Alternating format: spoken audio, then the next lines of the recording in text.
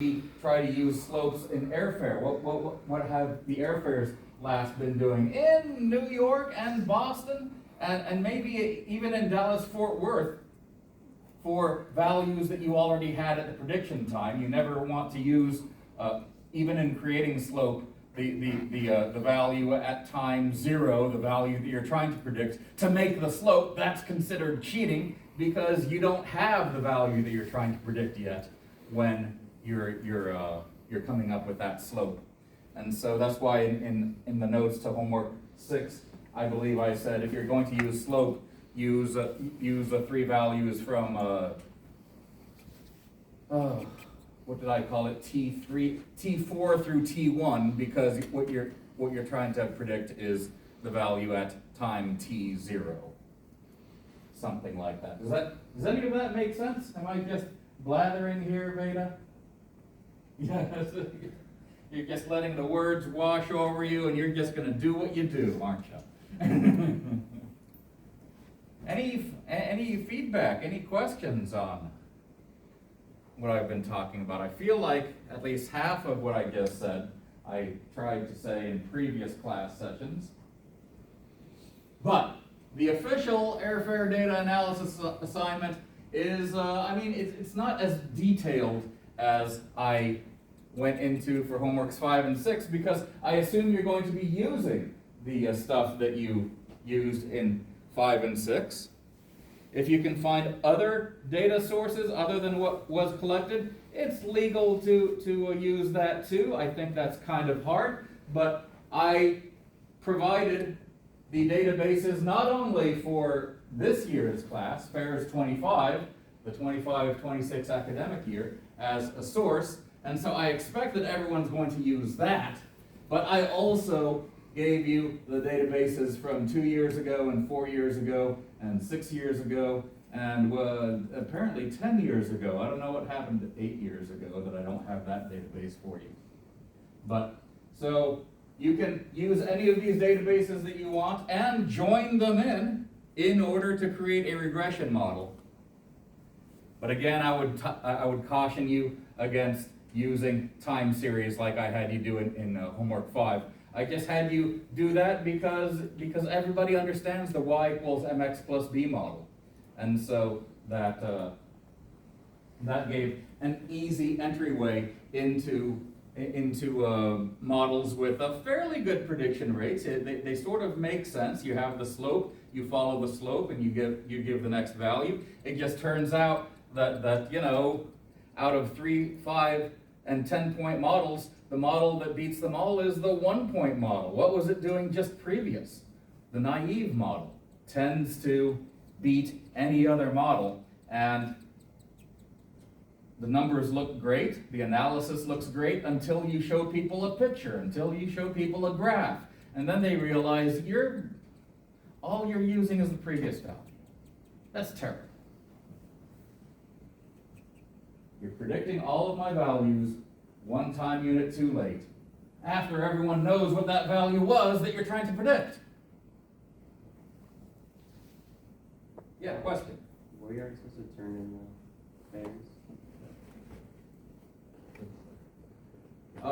That was during class a couple of weeks ago, so you could contact Mike if you want. He collected all the Excel files together. And if he ever sends me an updated database, I will post it up there, but he might just not be accepting stuff. Where should I turn that in? I would email Michael. What's your last name? You're Michael Wright, right? Yeah. Michael, who's the other Mike? Michael Howard. Michael Howard. Email Michael Howard and ask him if he can use your data. But if not, I'm not grading you on whether you collected data or not. Actually, I was just trying to train you into that habit so we would have a big data set to work from here. And I don't know that this year's data set is as big as it's been in previous years, and so that's why I like bringing in, giving you access to previous year's data so that you can get, generally the more data that you have, the better your prediction model is going to be. There are problems with using previous year data, especially, way earlier when I was doing this class, I was allowing people to choose any 3 cities that they want, and often that's not super useful to you if you're trying to predict Dallas-Fort Worth, if you have, California flights or Hawaii flights or something like that. But you never know. It's just that the earlier these fares come from, the less trustworthy I feel they are. I feel like you can probably use 23 and 21 data, because at that point I had solidified the assignment to only these 3 cities. And there is a problem with that too, is 2 of those cities are really close together. They might be useful in predicting each other. I don't feel like that's actually turned out to be true in previous years, but it depends on what your inputs are, maybe. Maybe you can make it work. But really, neither New York or Boston airfares seem to be super useful to predict Dallas-Fort Worth airfares. So in that case, what? Well, I think it would be nice if you knew what the Dallas-Fort Worth airfares did during the same period of the year, 2 years ago, 4 years ago. And so that's an option, is to grab data out of these databases and then, import them into Fares 25 somehow. You could copy paste a query result into Excel and then upload that Excel file as a table into your Fares 25 database, or however you can transmit data over. And then once you've got the data that you care about from 2023 in your 2025 database, then you just build a query that joins that table in with your table, and then join that table to itself as many times if you want. Data series, again, problems with that, but mainly at this point now you're just collecting data into separate tables and then joining them together into one massive result set, where you hope that all of the input columns that you have will be helpful in predicting the final column that you're trying to predict. For airfare, it's significantly easier in a way than a wind prediction. It is that we don't have just components of the wind, components of the fares. We just have a single fare that we're trying to predict. So what are other problems with using past data? Well, data in 2021, airfares were way cheaper than they are now. So do you really want to use airfare values that were half of today's airfare prices? Will those be predicted? I mean, maybe not. But this is why I talk about generating derived data values, is by how much did the prices differ on a daily basis in 2021 or 2023 or 2019. If we ignore what the actual price level was there, but if we know that 50 days before the price was scheduled to be, the price changed by, increased by $5, and 25 days before the price increased by $10, as the plane fills up, the price of the remaining seats tends to go up. At that point, maybe all you need is the differential to do the prediction. So if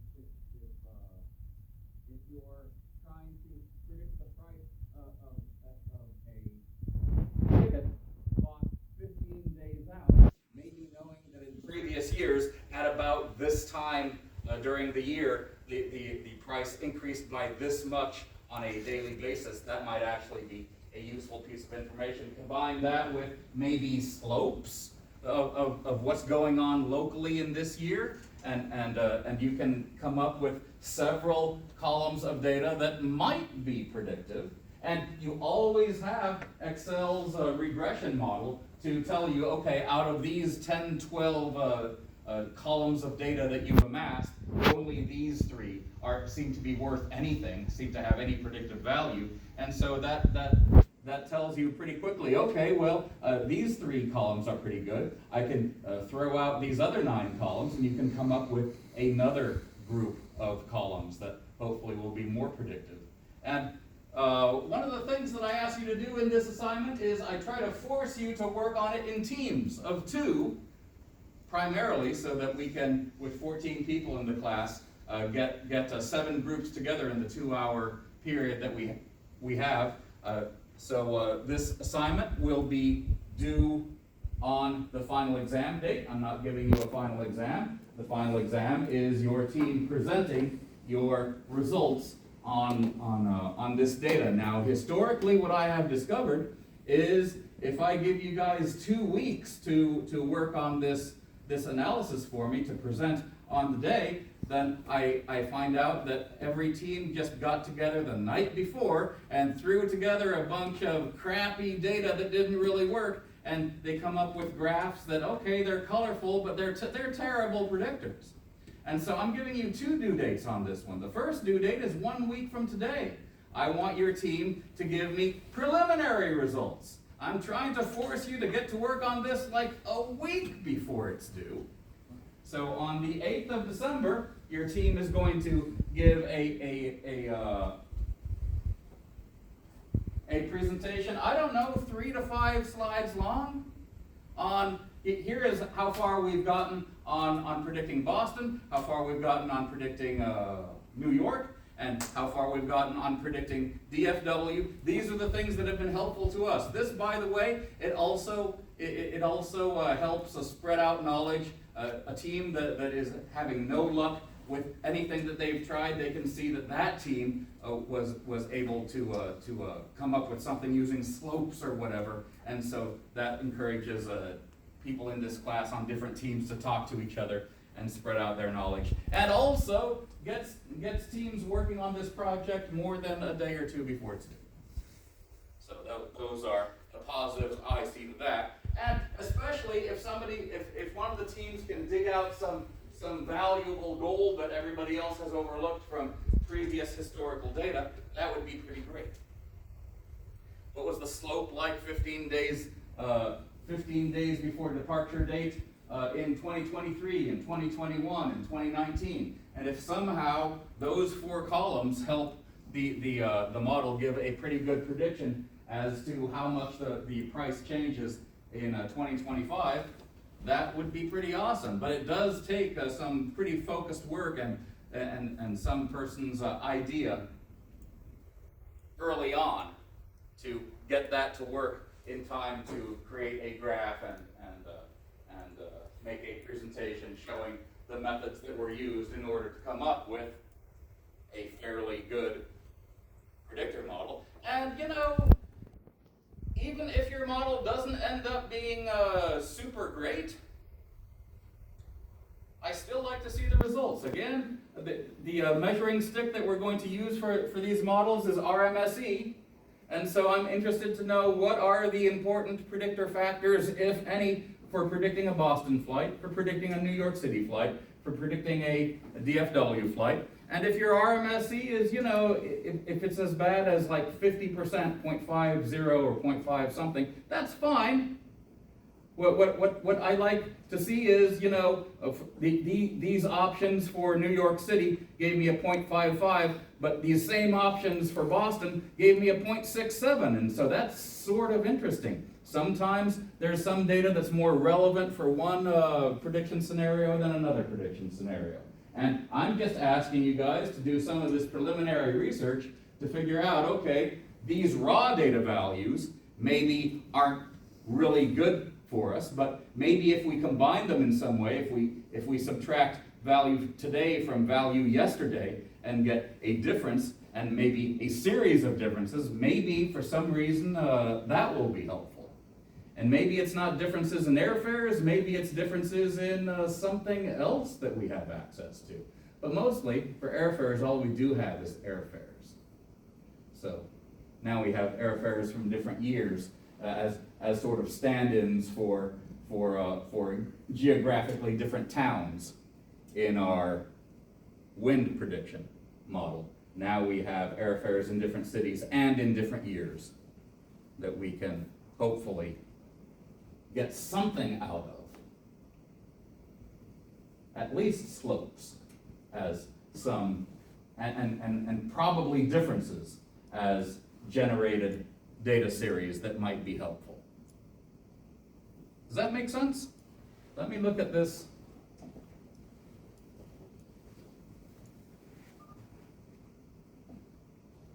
Project description here. So, yeah, I'm basically saying use the knowledge that you've gained from the previous two assignments and your SQL knowledge to import data, probably in the form of CSV or Excel files, into your own local database on your machine and try to find relevant columns using Excel's regression model. And Excel's regression model will also give you the RMS. I guess it won't give you the RMSE. It gives you the p-values and things that tells you how relevant a column of data is for a predictor. And then try to build the most efficient predictor by throwing out the columns that don't give you any information. That usually doesn't bring your model performance up or down. It usually has no effect on your model, throwing out irrelevant columns.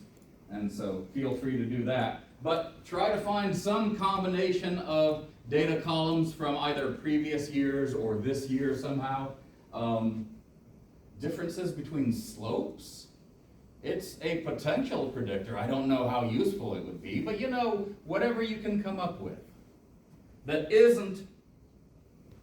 doesn't end up being a naive model in disguise. The best, you'll get your best RMSE results by essentially training your model to be a naive model predictor.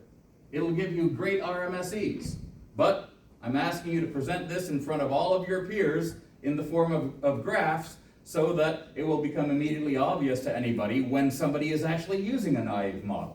You predict your predictions against the series that you're trying to predict, and it becomes immediately obvious. Those two lines look exactly the same. Even though the predicted values weren't exactly the data they were predicting, it always futzes with it a little bit. But if it's basically the same two lines following each other along the whole x-axis, it's obvious that what you've ended up with is a naive model. That's why I insisted so much on you graphing the naive model in homework 5 so that you would know what it looks like. So you would know if one of your predictor columns has basically taken over your entire model and everybody else is just adding 1% of what that one column is contributing, just to make things look a little bit different, but never different enough.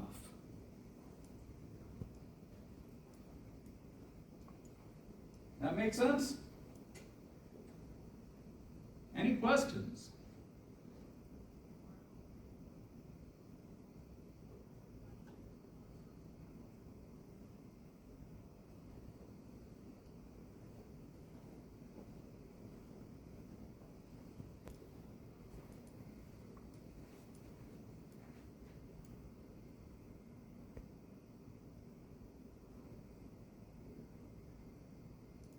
So we're basically building predictors for the 3 destinations that we collected data for.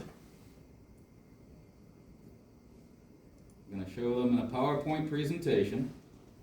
And so I assume for 1 week from today, a PowerPoint presentation with 3 slides is good enough. 3 graphs for the 3 destinations. That's fine. Give me some initial ideas on what you're using and what directions you're thinking of going into, what you're going to try. But that's all next week's presentation is going to be, and you only have an hour to do it, so we do need those presentations to be fairly short. But if you end up exploring an idea that is super useful to your prediction model, and nobody else has thought of it, and it's clearly not a naive model, then your presentation may well end up taking up the whole class period as people ask you questions. How did you get that? What did you use? How did you combine the data together? That sort of thing. In fact, if you have a golden column like that, or a golden combination of columns like that, maybe you might be sneaky and just not present it next week and wait for finals, the final presentation to do that. Because otherwise, final presentation, everybody will have that gold. If it really works the way it does. I don't think anybody has ever discovered a surefire silver bullet golden set of columns like that, but that would be pretty awesome. Yeah, any other questions? Do you have a question? How far forward do you want to predict? Always just next day predictions, using all the data that you have up to that point. But usually it's just going to be 10 selected columns of data from 3 days ago, 5 days ago, 10 days ago maybe, or data from 3 days ago, Dallas-Fort Worth when you're predicting Boston. You probably shouldn't use, again, like I said, 3 days ago, 5 days ago, 10 days ago of Dallas-Fort Worth data to predict Dallas-Fort Worth data. But maybe it's useful to use lagged data from other locations. It's probably not going to be super useful. I prefer for airfare data, and again, I've never generated very good models for this myself, but I prefer using derived columns like slope than or difference data than actual raw data values as my predictor columns. So that's where you want to apply your creativity, I think, in this project. And to tell the truth, I may not have had you guys collect the right data to be effective predictors. I don't know what data I could have had you collect. It would be great as part of your conclusions to your presentations on finals day if you could suggest for future classes, maybe you should have people collect this data all throughout the semester.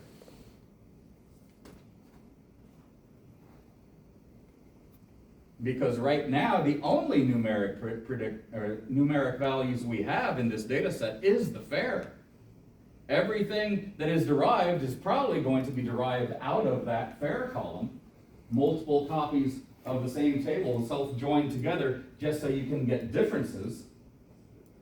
1 day differences, 3 day differences, 5 day differences, 10-day differences, just to see if those matter at all. And then maybe join that with 1, 3, 5, 10-day differences from the other locations, Boston and New York, if you're predicting DFW.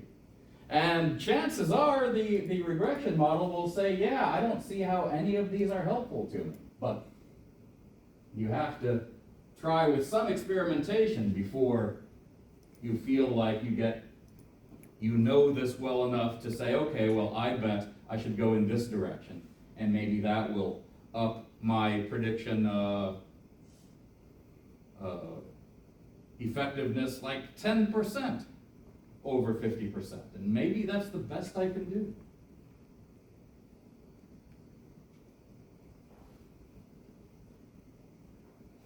Yeah, generally, to get an RMSE of 90% with the airfare models, you're naive predicting it at that point. But you can always show me the graph and say, look, it's not exactly following it. It's doing its own thing most of the time. At that point, you've actually discovered something in that mess of data. You've uncovered some gold in there. But I can't guarantee you that there's any gold to find in the data that you've collected, or even the data that previous years of students have collected. But do the best you can with the data that's available. That's what data mining is all about in today's world, is you go out on the internet and collect data that other people have collected, but generally you had no control over what they collected, and maybe they collected a whole bunch of random stuff that's of no use to you, or you come up with your own project and you start paying employees of the company to go out and scrape data or collect data on a daily basis, and then you, over a period of time, like we did, collect a database of data values that might be helpful. And you're never going to know if that data was helpful or not until you do an analysis like this with a regression model and a set of experiments. Any other questions, comments?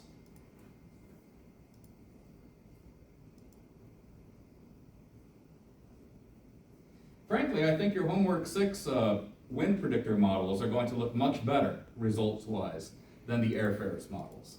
So I don't want to put any ideas in your head like there is a perfect predictor out there, because I haven't seen it yet. What I enjoy is the experiments, all of the failed experiments that I do. And then using something like slope.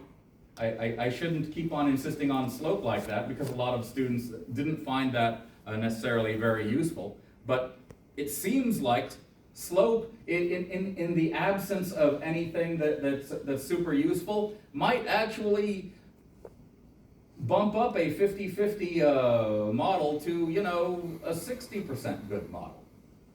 That's not actually a hard threshold to cross. It's just the higher up you go, 70%, 80%, 90% correct predictions, the harder that becomes to achieve. Unless you're programming a naive model that just copycats. I'm pretty close all the time. I'm just always an hour late.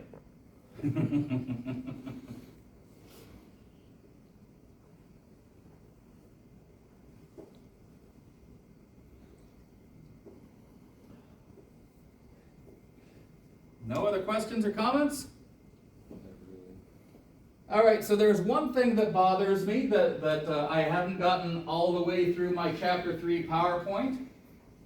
And so I wanted to show you some SQL queries that I haven't given a lot of time to, but now with your experience with the select queries, these other data manipulation modification queries should make more sense. And again, all of this stuff is from Chapter 3, but I've just collected it into 3 or 4 sheets, three or four slides in my PowerPoint display. And again, I'm just using the university database schema that we've been using all semester to illustrate these. When I was helping people modify their data when we were in the CS lab so that you could collect your data in with everybody else's data in the same format, I was using some of these queries, but I wasn't showing it to the entire class. So I am just going to show you some things that might be helpful to you as you are trying to collect data together in order to get it in format so it can be combined with other data. And so you might need to use insert into or delete or update when you are, I don't know, bringing in data from 2023 or something. So, okay. Let me just maximize this so it's more easily visible.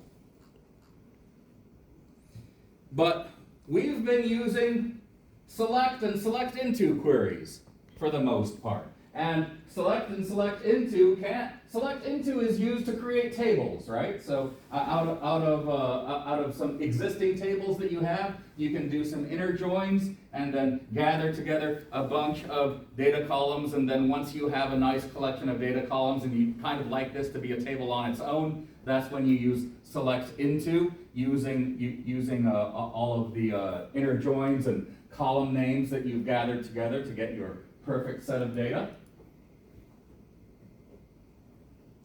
Insert into. Oh, I am missing.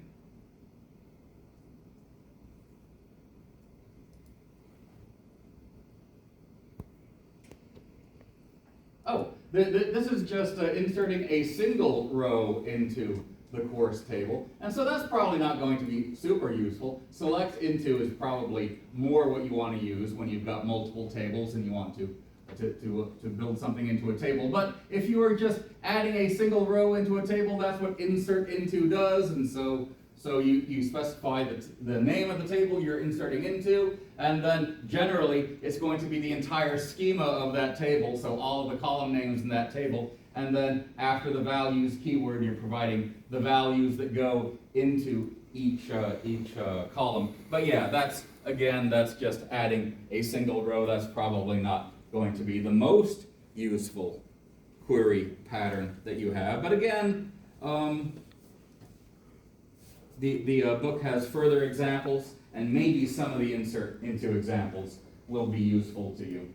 Update is a more useful formulation. If you decide that if you're looking at last year's data or data from 8 years ago, and you don't like, there's something about the data they collected or the way they formatted it that makes it not work with your data, update actually allows you to change stuff in another table.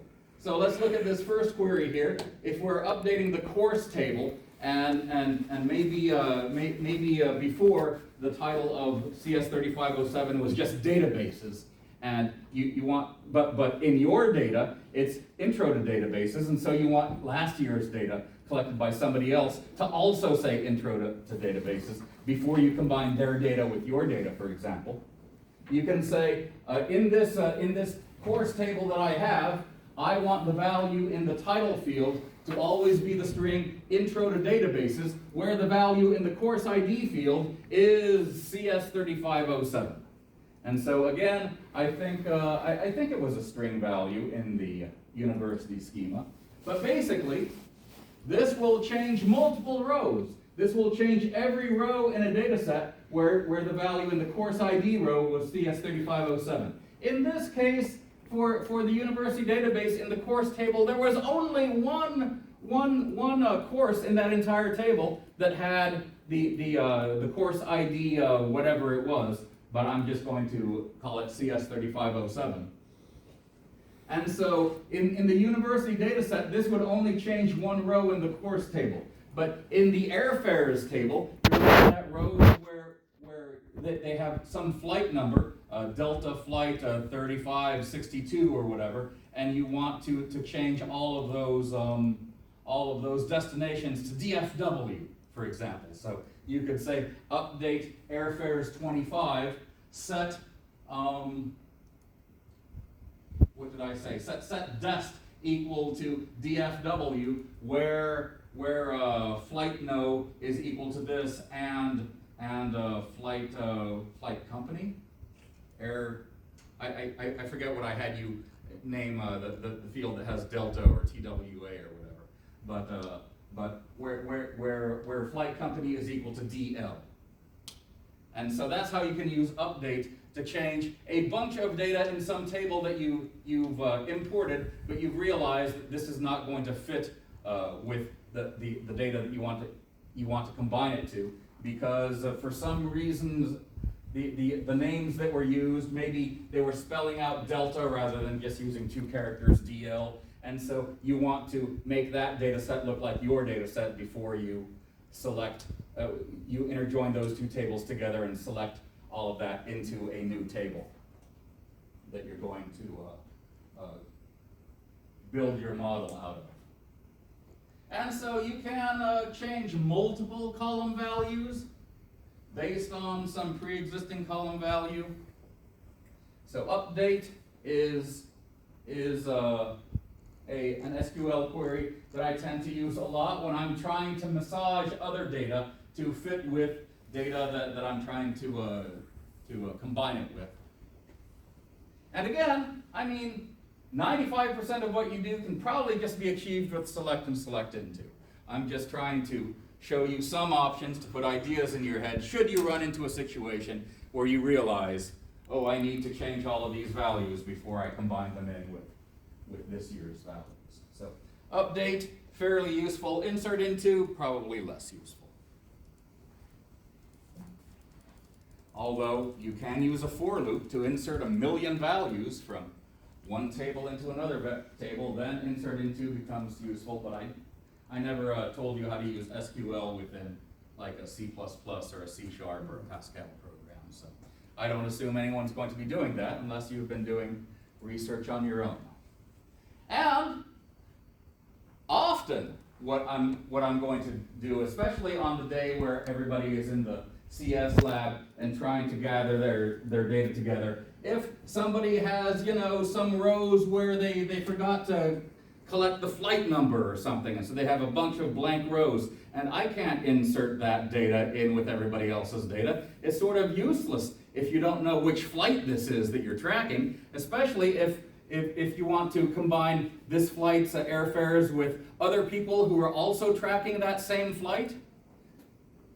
You're not going to be able to do it unless both all of those fields have the flight number in that particular column. And so what I'll do is any data that's just not going to work with the data that I'm trying to combine it with, I'm just going to delete it before I do the combining. So in the university world here, I chose a more complicated query here. It's actually a query embedded inside of a query. I want to delete from the instructor table all of the rows where the value in the salary column is less than, and then before this query actually executes, I have to execute and get the answer from the embedded query here. I'm just grabbing the average salary from the instructor table, whatever that value is. I'm firing everybody who makes less than that salary. So I just want all of the instructors with an above average salary is what I'm doing here. And so select average, that aggregate query is just going to return a single number, and that number can be used in my where conditional. So that I go down my instructor table row by row, and every row whose salary value is less than this value that I've determined here will be deleted from that table.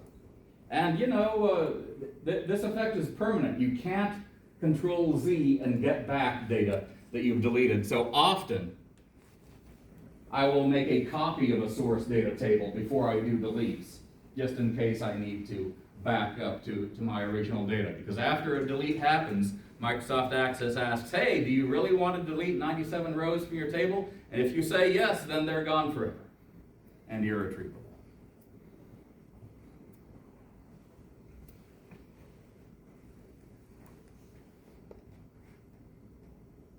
Okay, the rest of this is going into each of these things in detail, but I think you guys have the main idea.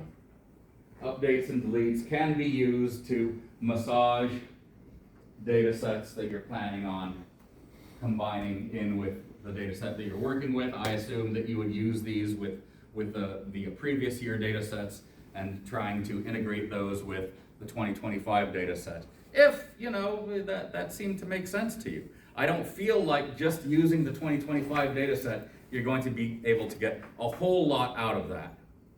But at least you can still do differences between 2025 fares and slopes between 2025 fares. And what I like about using differences and slopes is whatever values you get, whatever those derived values are, if we're just ignoring the raw data values of actual airfares on a given date, that data will look a whole lot like difference data and slope data from previous years. The values will be more or less in the same range, even if the airfares were half the price 10 years ago than they were now. The differences on a daily basis will be more or less the same. They're still climbing and going on sale in $5 to $10 increments from one day to the next. And so that makes combining data from different years a whole lot easier when you've sort of generalized it in that manner, when you're generating a derived data like that.